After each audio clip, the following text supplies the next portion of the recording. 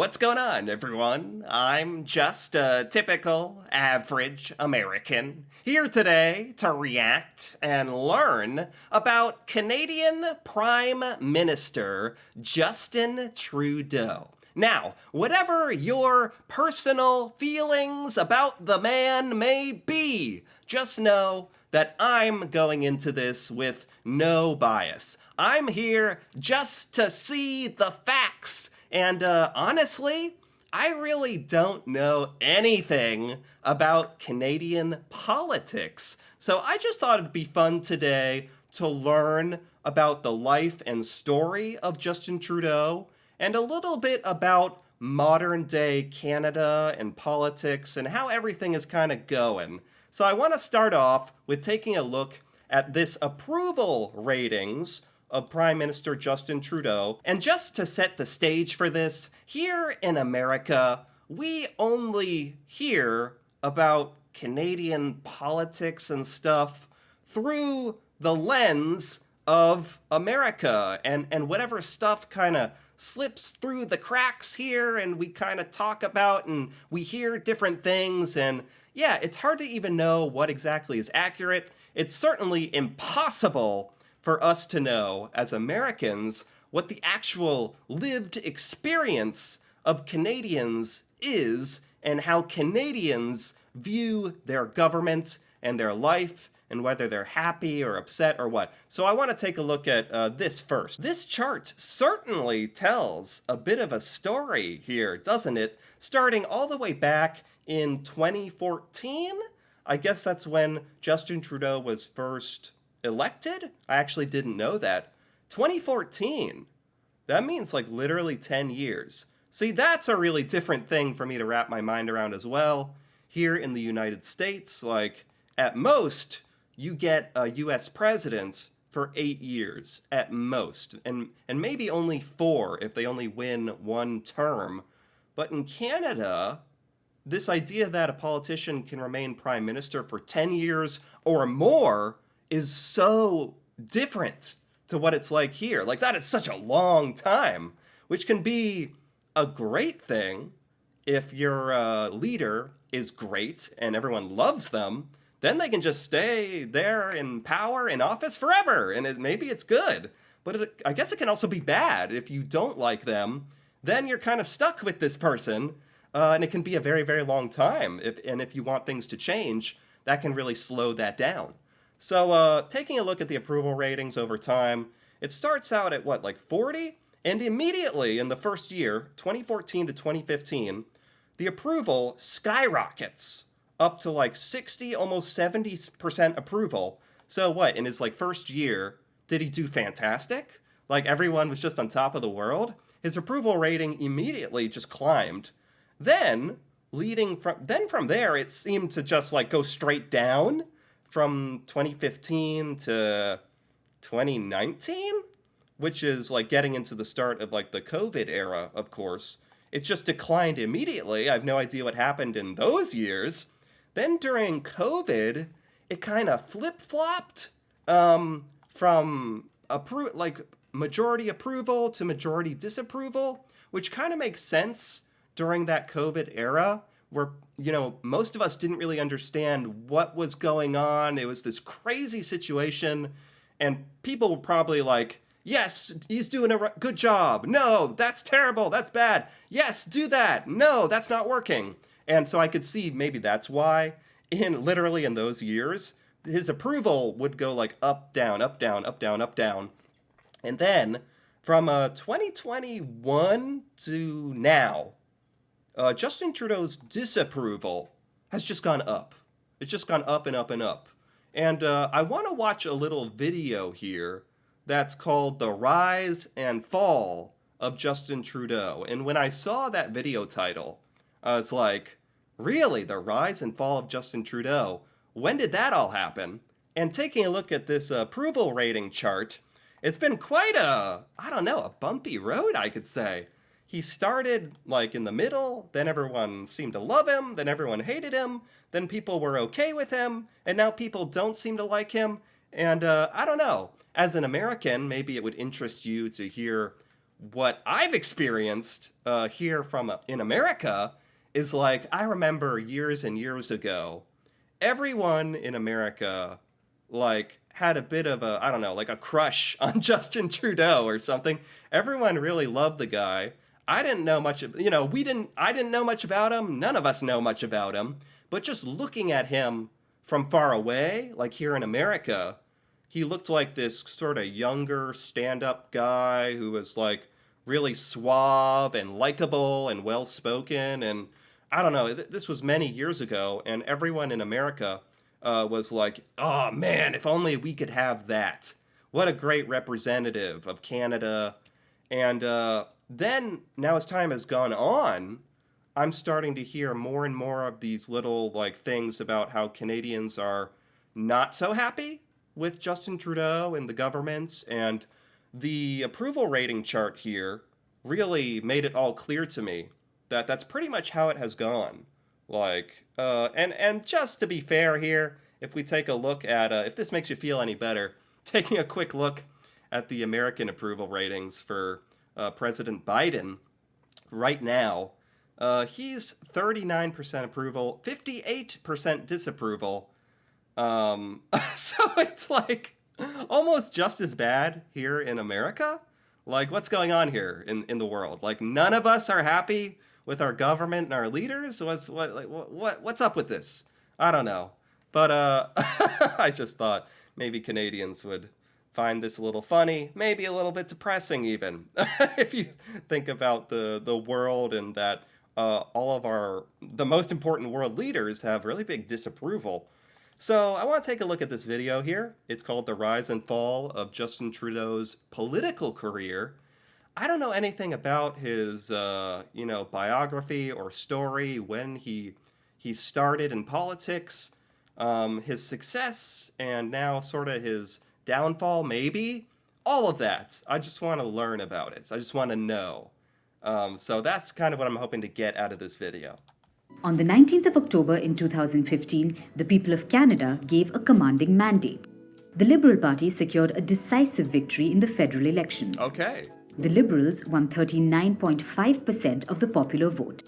It was the second best performance in the party's history. What? 39% of the popular vote? Justin Trudeau, when he was first elected, had 39% of the popular vote. That's good? Like, according to the narrator here, that's like one of the best popular vote turnouts ever in Canada. That's so different to America.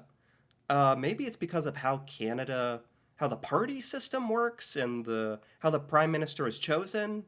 I still don't understand all that perfectly, but in America, like when Biden won last time, he had 51% of the popular vote, you know? Like, at least you could say the president had a little bit more than half of the popular votes, which is like a majority, which is what would make sense to me.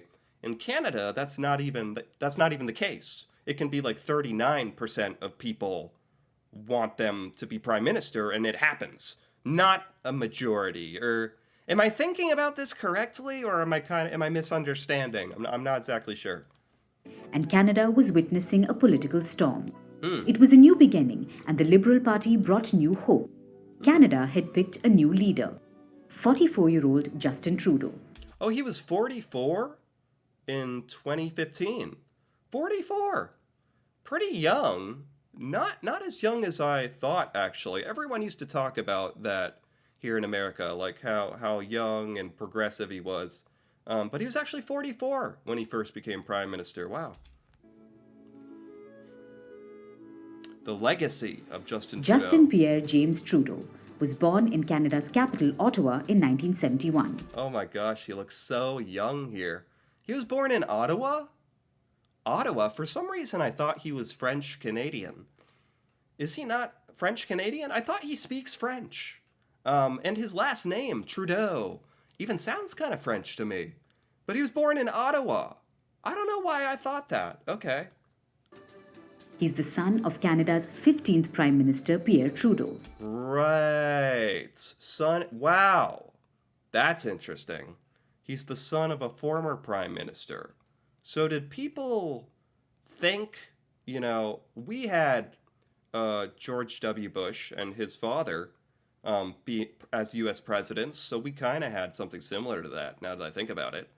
Did people who voted for Justin Trudeau, or I'm not even sure how the vote stuff works, but was it hoped that he would be like a version of his father? Or was that any consideration? Or I don't know what people thought of Pierre Trudeau either. Very interesting. Father and son.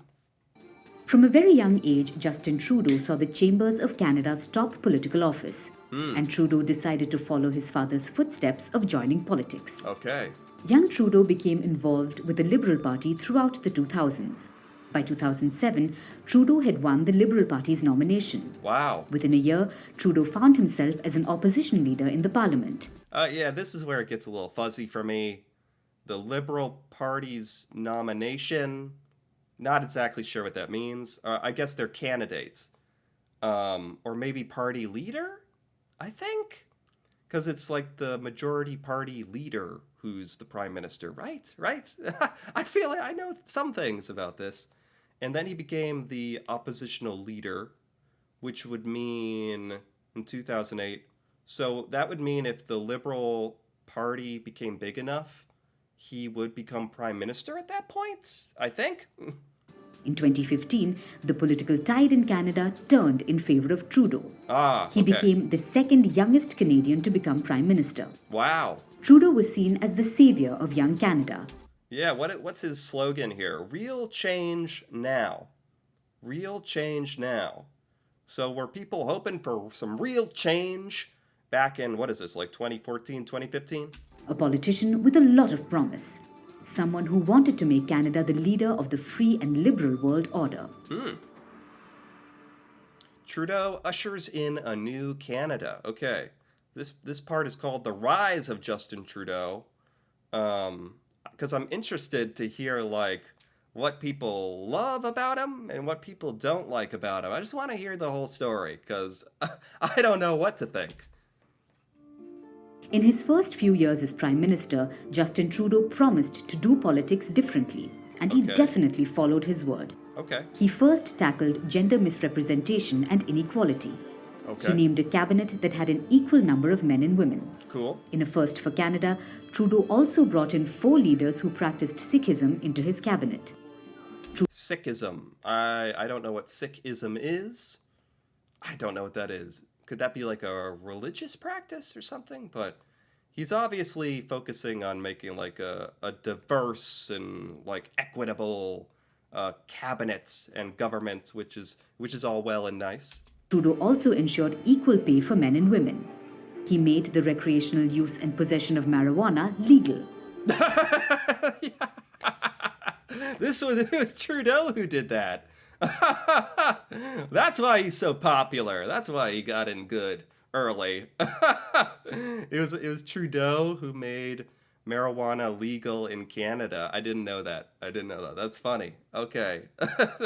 There's 1 point for Trudeau for a lot of people, I guess. And openly called himself a feminist. In short, Trudeau became extremely popular among the young voters of Canada. That's something that's interesting to me. These kind of insights. It's like, who is voting for Justin Trudeau? Younger people. Because here in the United States, for a long time now, we have had presidents that are very old. And there's nothing wrong with old people. You know, the older you are, the more experience and wisdom you generally have in life. But, like, our president's, like, 80-something. And so it gets to a point where it's like a lot of people here in America are like, can we get, like, someone a little more representative of, like, some of the current younger generations of people and their ideas? So I can absolutely see why Justin Trudeau could have struck that kind of chord with younger voters. He was smart, good-looking, and proficient with Gen Z speak. Okay. Trudeau even called himself a Swiftie, a word that's used by followers of the popular singer Taylor Swift. I can't. I can't. I can't. I gotta compose myself. he uses, he uses Gen Z slang. He listens to Taylor Swift. He lets you have all the marijuana you want. What's not to love about Justin Trudeau? It's all starting to make sense. Trudeau was seen as the young and upcoming leader in the West, and he quickly became the face of the liberal world order. Okay. Okay, the beginning of the end. The fall of Trudeau. Right. I don't know how accurate this is. Like, I've heard that this is like the first year or something that it might be a possibility that Trudeau may not be reelected. He might not be prime minister after this year or the next year or whatever. So that's something I'm really curious about. Is that true? And if so, why and how? The optics at the world stage had done wonders for Trudeau's image. He was seen as a modern leader whose values resonated with young voters. Oh, he's in his goatee era. Goatee era. It makes it, I don't know, it makes him look distinguished, but maybe a little more evil. Is this why the downfall of Justin Trudeau started? Did it start with the facial hair? Despite enjoying international fandom, storm clouds against Trudeau had been brewing at home. Ah. In 2019, Canada's Ethics Commissioner announced an investigation against Trudeau. The Prime Minister had been named in the persecution of a Canadian company, SNC-Lavalin. What? Very soon, the SNC-Lavalin affair became a political scandal. What? I don't remember this. I don't know if I ever heard about this. A scandal? Trudeau was investigated? This is like 2019? And Trudeau was accused of using his office for interfering with the justice system.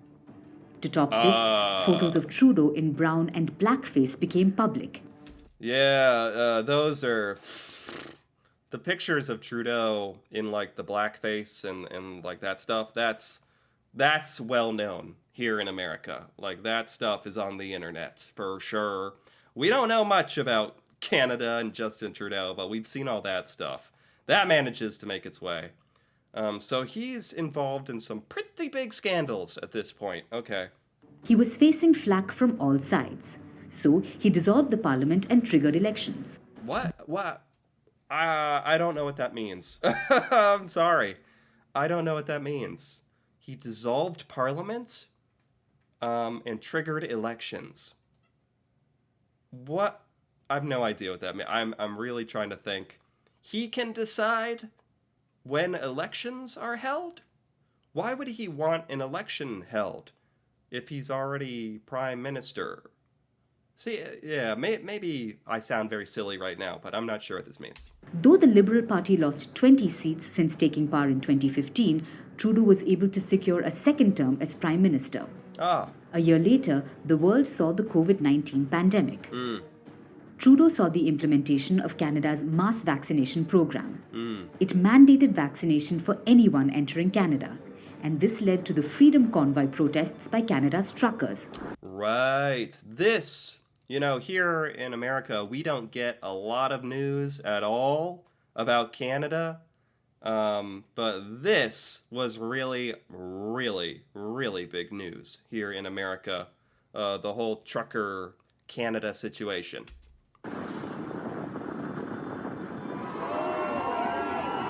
To deal with the protesters, Trudeau did the unthinkable. He invoked the Emergencies Act and declared a public order emergency. This was the first time that the Emergencies Act was used since 1988. It caused... I remember that. Something about evoking an Emergencies Act or something.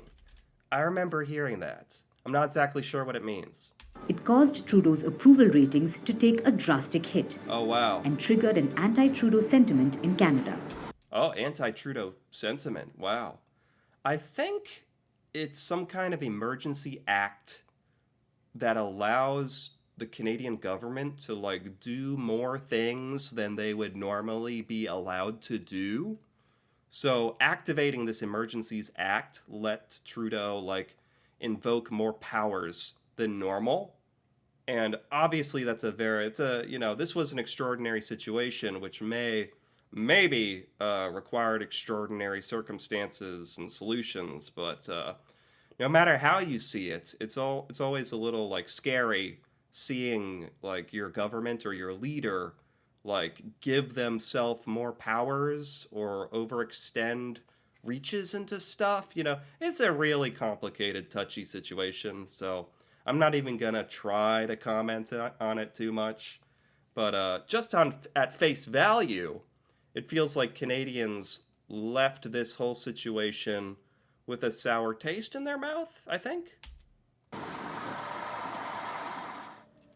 Trudeau finds new friends outside Canada. And the other thing here in America is there were like people in Canada during this whole trucker thing who had their bank accounts frozen and stuff.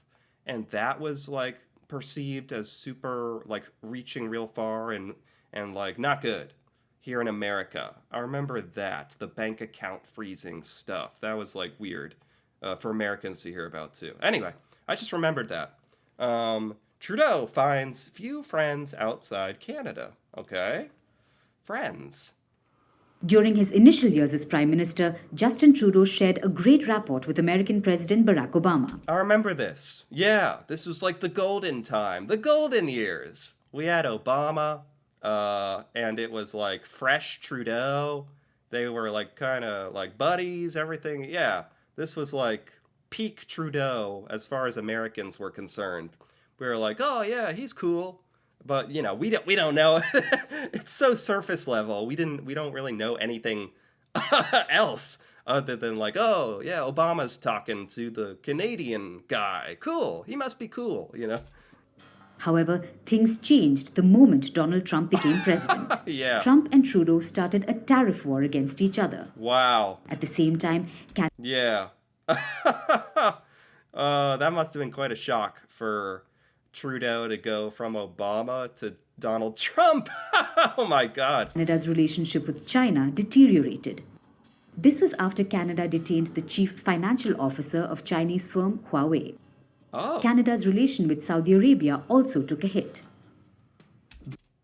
Canada's relationship with China and Saudi Arabia is going down for various reasons. Okay. But Canada's biggest downgrade in relations happened with India. Okay. India has always accused Trudeau of supporting anti-India elements in Canada. Oh my God. These are people that have secessionist ideologies of creating Khalistan.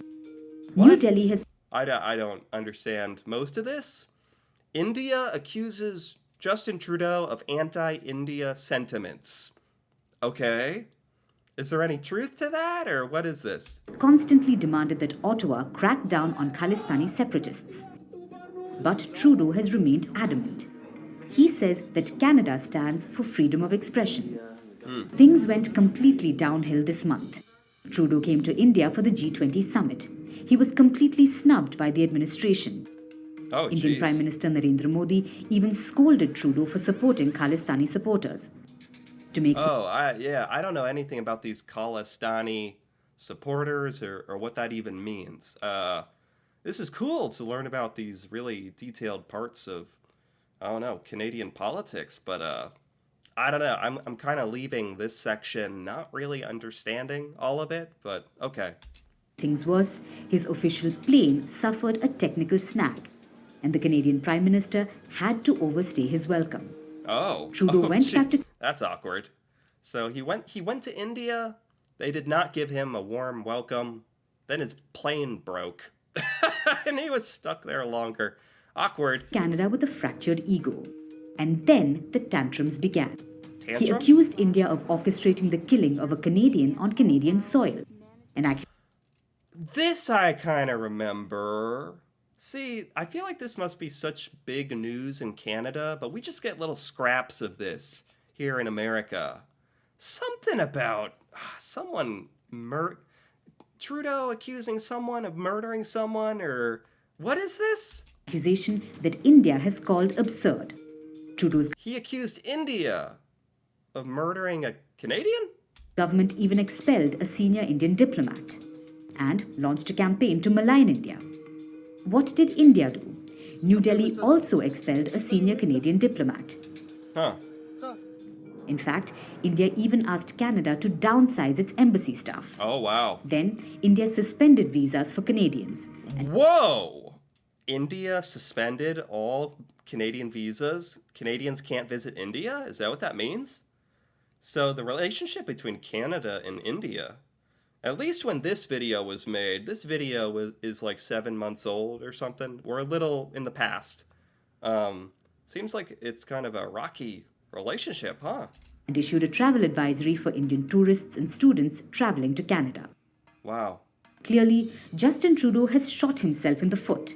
International support for Trudeau is fading, and so is his domestic fan base. Wow. Recent polls show that Trudeau has an approval rating of only 30%.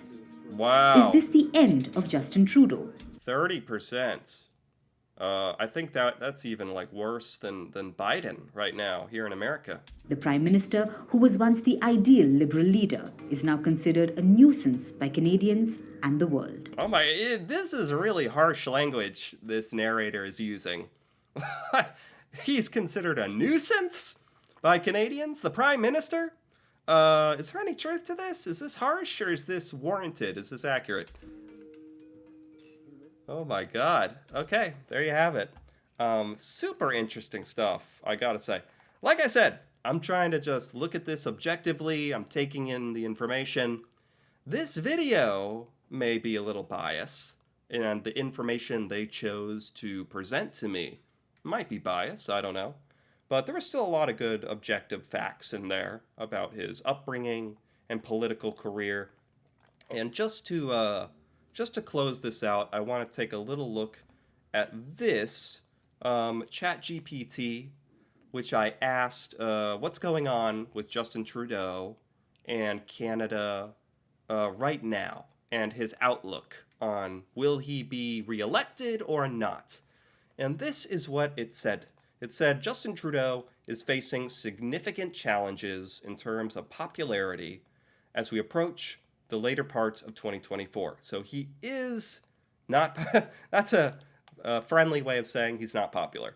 His approval rating is relatively low at 35%, 60% disapproval, placing him among leaders of the world with high disapproval ratings. That's not good.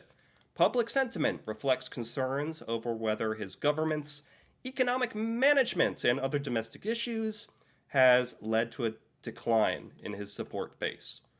People aren't happy with how his regime has affected Canada's economy and whatnot, so support is going down. So, despite these struggles, Trudeau's political position is somewhat stabilized by a power-sharing agreement with the NDP. I'm not exactly sure what that means. This is the New Democratic Party.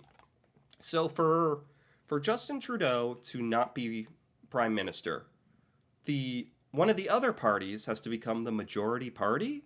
So it has to gain more MPs. Is that correct? I think that's correct. Canadian citizens need to vote for more MPs to make one of the other parties the majority. And then the majority leader would be prime minister. But somehow Trudeau can work with the NDP, which will allow him to defer facing voters till 2025. Really? Somehow, Trudeau or the prime minister can control when elections are or something? I think they said something about that earlier. This agreement gives him some time to attempt a turnaround and reconsider his leadership position in the Liberal Party. Internal party discussions and public opinion suggest there's significant pressure for change, with many Canadians, including some within his own party, calling for new leadership. So he may be able to kick this can down the road because of some political, legal mumbo-jumbo that I don't understand. So he might not be voted out till 2025, which is also kind of sad, right? If the will of Canada is to have new leadership, shouldn't he just gracefully step aside and be I get it, my time here is done, I did my best, and he could just step out instead of dragging this on for another year or two, that doesn't seem very good. If this is true, where at least ChatGPT in the video I watched here are saying public opinion is very negative of him right now. People want change in Canada. Even in his own party, they want change. So hard to imagine him coming back from that, right? So there you have it. That's kind of everything I wanted to take a look at here today. You know, this is a very touchy, controversial kind of topic, but I didn't want to shy away. I wanted to learn a bit about Justin Trudeau. You know, he's spoken about so much, and most Americans know his name, but we don't know about him as a person or a leader or what Canadians think of him. And this is really, really fun and educational for me today to learn a lot more about this whole situation and Justin Trudeau as a person. That was really cool to learn about, and I do feel a lot more educated about this. So I enjoyed this quite a bit. Anyway, if you enjoyed this as well, feel free to give this video a like or leave a comment, perhaps with your thoughts on Justin Trudeau or any of this political topics that we covered here today. I know this can be controversial and people can get passionate about all these topics, so feel free to leave a comment on that, and please keep it civil and all that, you know. And if you're interested in more videos like this, me reacting to Canada and Canadian culture, feel free to subscribe for more. And until then, thanks for watching, and see you next time.